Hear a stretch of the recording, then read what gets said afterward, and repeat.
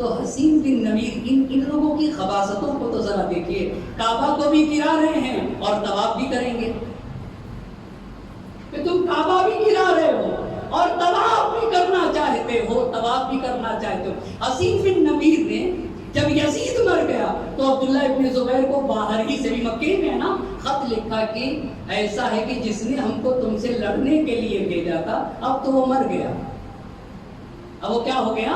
مر گیا، اب ہمارا تمہارا کوئی جھگڑا نہیں ہے، ایسا کرو کہ مکے کا دروازہ کھول دو، ہم طواف کرنا چاہتے ہیں۔ اچھا، کعبہ بھی گراؤ گے اور طواف بھی کرو گے، دروازہ کھول دیا گیا، طواف کیا، فوج واپس چلی گئی۔ یہ کب کا واقعہ؟ یہ کب کا واقعہ ہے؟ سن 3 ربیع الاول سن 64 ہجری۔ دوسری بات، بس کعبے کی حرمت پامال ہوئی یا نہیں ہوئی؟ کس کی وجہ سے پامال ہوئی؟ عبداللہ ابن زبیر کی وجہ سے۔ دوسرا مرحلہ، جب عبد الملک بن مروان حاکم ہوا تو حجاج کو سن 73 میں بھیجا ہے۔ کس میں؟ سن 73 ہجری میں حجاج بن یوسف ثقفی، یہ بھی کوہ ابو قبیس کے پاس آیا اور اس نے چاروں طرف سے خانہ کعبہ کو گھیرا ہے۔ اسی سن 73 میں یہ عبداللہ ابن زبیر خانہ کعبہ میں چھپا ہے۔ سن 73 میں عبداللہ ابن زبیر خانہ کعبہ میں چھپا، اور محدثین نے لکھا ہے کہ پورا کعبہ ویران ہوا، عظمت حسین کو دنیا پہچان لے۔ میرے بابا نے کہا تھا اسی مکے میں ایک گوسفند ہے جس کے ذریعے سے کعبے کی حرمت پامال ہوگی، حسین شط فرات میں گلا کٹا دے گا مگر حرمت کعبہ کو پامال نہ ہونے دے گا۔ اسی لیے پہچانے فرق کو، حسین خود کو سپر بنائیں گے تاکہ کعبے کی حرمت بچ جائے۔ یہ لوگ کعبے میں چھپتے ہیں، کیوں چھپا تھا کعبے میں؟ تاکہ خود بچ جائے، اس کی حکومت بچی ہے، ولو یہ کہ دین خدا کی حرمت پامال ہو جائے، خانہ کعبہ کی حرمت پامال ہو جائے۔ بس عزیزان محترم، دیکھا یہ دونوں کے چہرے سے نقاب ہٹی یا نہیں ہٹی؟ یقیناً دونوں کا بعض مسئلہ واضح ہوا۔ اب ایک اور ملاقات ہے، وہ انشاءاللہ کل، باقی باتیں یہیں سے آگے عرض کروں گا آپ کے خدمت میں انشاءاللہ۔ ان دنوں میں جہاں تک کوشش ہو سکے گی اور جہاں تک ہو سکے گا اپنے محترم سامعین تک باتوں کو پہنچانے کی کوشش کروں گا۔ بس عزیزان محترم، ایام عزا اور حسین کی شہادت کے دن بہت نزدیک ہو رہے ہیں۔ رونے کے لیے اتنا کافی ہے کہ کہہ دیا جائے کہ محرم کی 4 تاریخ ہے، حسین اور حسین کا قافلہ مقتل سے نزدیک ہو رہا ہے۔ اللہ اللہ، ایک بہن حسین کے ساتھ آئی ہے، جو بہن اپنے بھائی سے جدا نہیں ہونا چاہتی، مگر اللہ رے بھائی اور بہن کی محبت۔ بہن کو یہ فکر تھی کہ دشمن تو بار بار آئے چلے جا رہے ہیں، دشمن کی تعداد بڑھتی چلی جا رہی ہے، مگر عالم غربت میں ہمارا کوئی آنے والا نہیں ہے۔ اجرکم اللہ، بس آپ متوجہ ہو گئے۔ ایک عظیم ہستی کا تذکرہ کرنا ہے۔ تاریخ میں ماؤں کا بڑا کردار رہا ہے۔ 2 مائیں ایسی گزری ہے تاریخ میں جنہوں نے جو نام رکھ دیا اپنے بچوں کا، اگر ایک ماں نے حر رکھا ہے کسی بچے کا تو بچہ حر بن کے ظاہر ہوا، اور اگر کسی ماں نے حبیب رکھا تو وہ کربلا میں حبیب بن کے ظاہر ہوا۔ حسین نرغ آدھا میں گر گئے، حبیب جنہیں موت کا علم تھا کہا جاتا ہے، خدا کی قسم حسین نرغ آدھا میں گر گئے۔ حسین کو بچپن کا حبیب یاد آ رہا ہے۔ ایک مرتبہ اپنے حبیب کو خط لکھ رہے ہیں، اجرکم اللہ، اللہ کسی غم میں نہ رلائے۔ آپ ذرا اس منظر کا تصور تو کریے، ایک چھوٹا سا قافلہ ہے، صحرا اور بیابان ہے، حسین کی بچی سکینہ ہے، اہل حرم ہے، اور ایک 57 سالہ حسین ہے، ہر ایک کو دلاسا دے رہا ہے، اور ادھر خونخوار دشمن ہے۔ اس میں حسین خط لکھ رہے ہیں اپنے بچپن کے دوست حبیب کو، میری جان قربان ہو جائے حبیب ابن مظاہر کی الفت کے اوپر۔ حسین نے خط لکھ دیا، قاصد کے حوالے کیا، خط میں لکھا تھا اے حبیب تمہیں پتا ہے نا رسول خدا سے ہمارا رشتہ کیا ہے، تم جانتے ہو نا رسول خدا سے ہماری قرابت داری کیسی ہے۔ حبیب ہم نرغے آقا میں گر گئے ہیں، چاروں طرف سے دشمنوں نے حسین کو گھیر لیا ہے، اجرکم اللہ۔ حسین کو اہل حرم کا بڑا خیال تھا، مقتل نے لکھا ہے حسین کہتے تھے میں اپنے لیے نہیں رو رہا ہوں، میں تو اس لیے روتا ہوں کہ میری شہادت کے بعد میرے اہل حرم کے بازوؤں میں سنوا دی جائے گی، میری سکینہ کو ستا ستا کے مارا جائے گا، اسی لیے سکینہ سے کہتے تھے یہ سکینہ میری زندگی میں نہ رونا، اس لیے کہ میری شہادت کے بعد بہت رونا ہوگا۔ اجرکم اللہ، اللہ کسی غم میں نہ روائے سوائے غم مظلوم سید کربلا کے۔ حسین نے لکھ دیا حبیب ہم نرغے آدھا میں گر گئے، اگر ہو سکے تو ہماری نصرت کو آ جانا۔ اجرکم اللہ۔ قاصد آیا، جب قربان کیا، حبیب کھانا کھا رہے تھے، ایک مرتبہ دروازے پہ آئے، کون؟ انا برید الحسین، میں حسین کا قاصد ہوں۔ ارے حبیب تڑپ گئے، حبیب تڑپ گئے۔ ایک مرتبہ حسین کا خط لیا، دیکھا میرے آقا نے مجھے یاد کیا ہے، آنکھوں سے لگا لیا، بوسہ دیا حسین کی تحریر کو، سینے سے لگا لیا، کیا دیکھا میرے آقا نے نصرت کے لیے بلایا ہے۔ ہائے رے حبیب، ایک نیک اور حبیب دوست کی کیفیت کیا ہوگی؟ زوجہ کی طرف بڑھے، خیر تو ہے، ہاں حسین نے بلایا ہے، کیا سوچتے ہو کہاں چاروں طرف ناکہ بنتی ہے؟ مجھے تمہاری فکر زوجہ طرف گئی، اے حبیب، ارے حسین نصرت کو بلائے، اب تم سوچ رہے ہو۔ اجرکم اللہ، اجرکم اللہ، اجرکم اللہ۔ میں نے مقتل کے الفاظ دیکھے، حبیب چلنے لگے، اچھا تمہارے ایمان کا امتحان لے رہا تھا۔ اب جب حبیب چلنے لگے تو زوجہ حبیب نے ایک جملہ کہا، مقتل نے لکھا ہے، سن نہ سکو گے، حبیب جا تو رہے ہو، اکیلے جا رہے ہو، لیکن ایک شرط پہ جانے دوں گی۔ اے مومنہ شرط کیا ہے؟ اے حبیب جب آقا کی خدمت میں پہنچنا تو میری طرف سے میرے آقا کے ہاتھوں کا بوسہ دے دینا، آقا کے قدموں پہ گر جانا۔ اے حبیب اپنے آقا کی نصرت کو لے جاتا ہے، تم نے